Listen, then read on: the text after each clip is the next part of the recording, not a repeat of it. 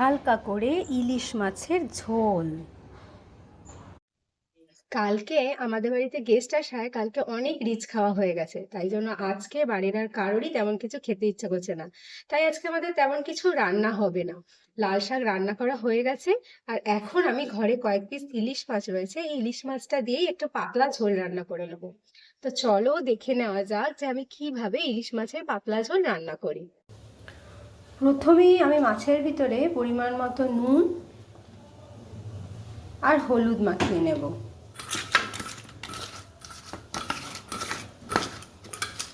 নুন হলুদ মাখানো হয়ে গেছে।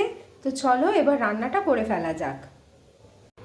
রান্নাটা করার জন্য আমি কড়াইতে কিছুটা পরিমাণ সর্ষের তেলকে প্রথমে গরম হতে দেব। ইলিশ মাছের তরকারি না সবসময় কিন্তু সর্ষের তেলেই করবে। সর্ষের তেল ছাড়া কিন্তু ইলিশ মাছের তরকারিতে কখনোই স্বাদ আসে না। তেল গরম হয়ে গেছে, এবার আমি ওর ভিতরে এক এক করে মাছগুলোকে ভেজে নেব।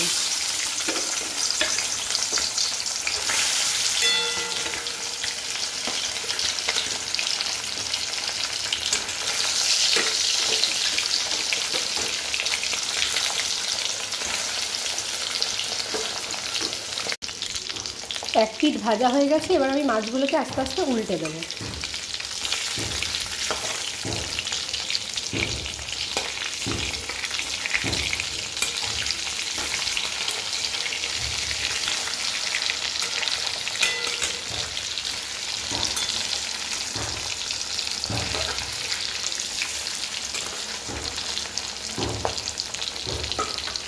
মাছ ওদিকে ভাজা হতে থাক আর মাছের জন্য মশলাটাকে রেডি করে নিই।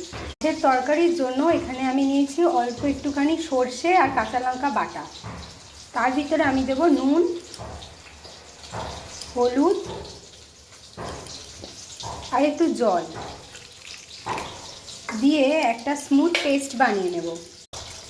যেহেতু এটা পাতলা ঝোল হবে, এই জন্য কিন্তু এখানে সর্ষে বাটার পরিমাণটা আমি খুবই কম নিয়েছি। পেস্টটা বানানো হয়ে গেছে আর এদিকেও মাছটার আরেকটা পিঠ ভাজা হয়ে গেছে।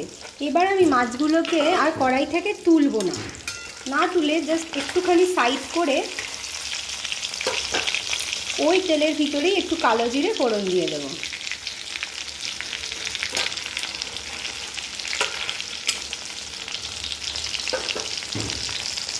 তারপর উপর থেকে ওই যে সর্ষে নুন হলুদের যে পেস্টটা ওটাকে ঢেলে দেবো।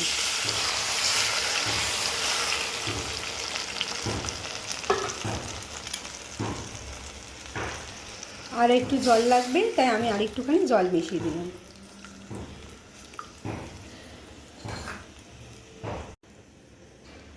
এরপর ঢাকা দিয়ে এটাকে 5 মিনিটের জন্য ফুটতে দেব। 5 মিনিট পর আবার ফিরে আসলাম, দেখবো ঢাকাটা খুলে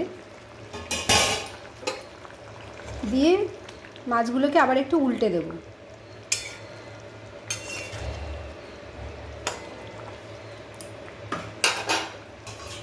দেন আবারও ঢাকা দিয়ে আরও 5 মিনিটের জন্য ফুটতে দেব।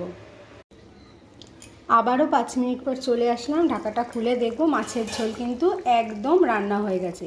এতটুকু ঝোল আমি রাখবো, তোমরা তোমাদের পরিমাণ অনুযায়ী ঝোল রাখো। দেখো এই রান্নাটা হতে যেমন মশলারও তেমন প্রয়োজন হয় না, তেমনি কিন্তু খুব একটা সময়ও লাগে না। অত্যন্ত ঝটপট এই রান্নাটা হয়ে গিয়ে থাকে। আমার এই রান্নাটা যদি তোমাদের ভালো লেগে থাকে তাহলে কিন্তু অবশ্যই একটু লাইক অ্যান্ড কমেন্ট করে দিও আর আমার চ্যানেলটাকে একটু সাবস্ক্রাইব করে দিও।